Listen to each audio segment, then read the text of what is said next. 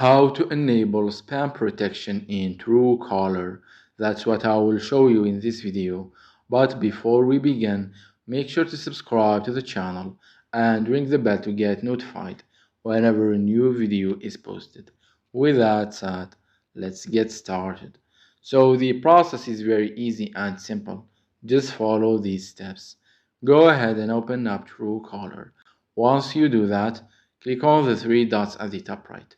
After that, click on Settings, and here, go ahead and click on Block. You will get to this page right here, where you will be able to enable the spam protection. The first thing you need to do is to update your spam protection. This will allow you to get an updated list of the most reported spam calls near you to detect them quickly even when you are offline. Once the spam protection has been updated, scroll down to this section where you need to enable some of the following options depending on what suits you the best. So you can block top spammers to protect yourself from calls and messages from the most reported numbers.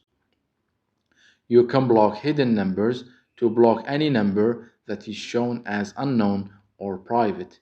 You can block numbers from foreign countries, so only numbers from your country will be able to call you, and you can block numbers not in the phone book, so only people in your phone book will be able to call you. After that, scroll down to the section that says block someone manually, and here you will be able to use the following options depending on your situation. So you can block a specific phone number, you can block a message sender name, you can block a country code, and you can block a number series.